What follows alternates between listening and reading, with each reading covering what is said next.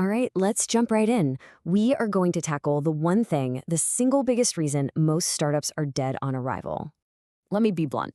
Your code is broken. And no, I'm not talking about software. I'm talking about the mental code, the operating system you're running right now on how to start a business. It is a #1 point of failure, and today, we're going to debug it. So look at this. These are the two paths you can take.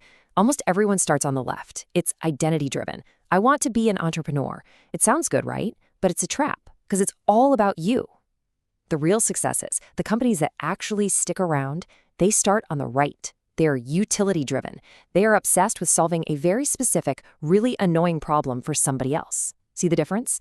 That's the bug in the code we're here to patch. Which brings us to probably the single worst piece of advice ever given in the business world.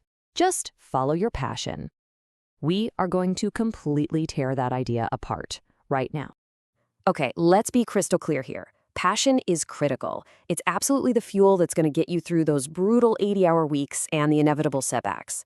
But, and this is a big but, passion is not a business model. A business needs a problem. It doesn't run on your enthusiasm alone. And this, right here, illustrates the mental shift you absolutely have to make. Stop trying to invent some cool new gadget and then running around desperately trying to find someone who'll buy it. That's called technology push, and honestly, it's a total crapshoot. What you need to do is switch to a market pull approach. You find something that sucks, something that's broken, inefficient, or just drives people crazy, and then you build the fix. Companies like Spanx or Slack, they weren't born from some stroke of genius. Nope, they were born from a moment of pure, unadulterated annoyance. So from now on, I want you to completely forget about hunting for ideas. That's over. Your new mission is to hunt for this: friction. Friction is that moment when a process takes way too long, or a website is just impossible to navigate, or a tool doesn't do the one thing it's supposed to do. You know that feeling? That little flash of frustration? That's not just an annoyance. That's the raw material for a great business. I'll say it again. Where there is friction, there is opportunity.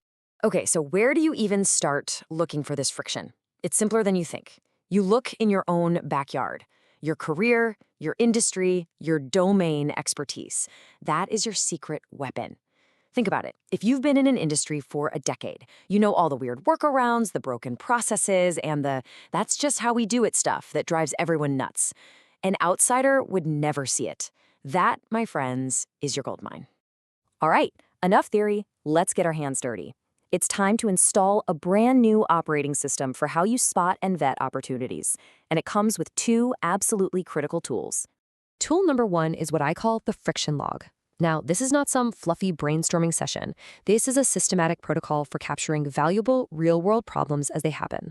And here's your first assignment. I call it the 24-hour challenge. For the next 24 hours, your only job is to be a detective of annoyance. Grab your phone, a notebook, I don't care. Every single time something frustrates you, write it down. A slow app, a confusing form, a clunky process. And here's the most important rule. Step 3 is everything. Do not try to solve it. Not yet. Your only job is to become an expert at noticing what's broken. Okay, so once you've got a friction log full of juicy problems, we have to pivot. We have to look at the single most important variable in this entire equation: you.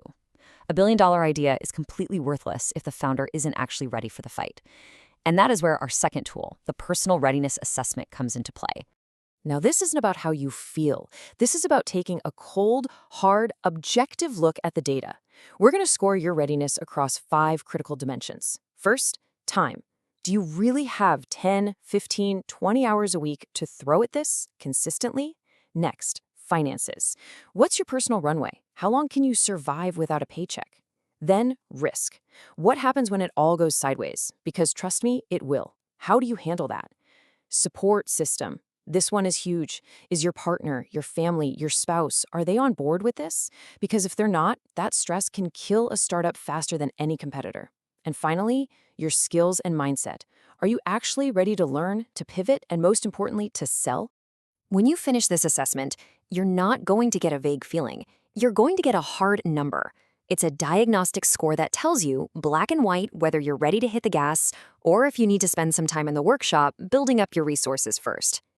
So if you score somewhere between 90 and 120, you're in a great spot. That's high readiness. You can proceed with confidence. If you're between 60 and 89, you're on the bubble.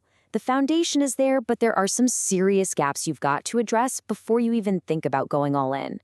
But what happens if your score is below 60? This is the moment for some hard truth. A score below 60 is a bright red no-go signal. Now listen, this doesn't mean you failed. It doesn't mean it's over. It means the data is telling you to pause. It's telling you to focus on building up your finances or getting your support system in place or developing some new skills before you launch. Honestly, ignoring this number is the fastest way I know to burn out and crash. So here's what it all boils down to. The whole thing is an equation. You need a problem with high feasibility, that comes from your friction log, and you need a high personal readiness score from the assessment. When you have both of those things, high feasibility plus high readiness, that is your green light. That's when you hit go. So there you have it. You have the diagnostic tools. No more guessing. It's time to build with a real strategy. The only question left is, are you ready to be brutally honest with the numbers? Download the worksheets, run the diagnostics, because once you've locked in on the problem you're meant to solve, our next job is to find all your blind spots. I'll see you in the next module for strategic analysis.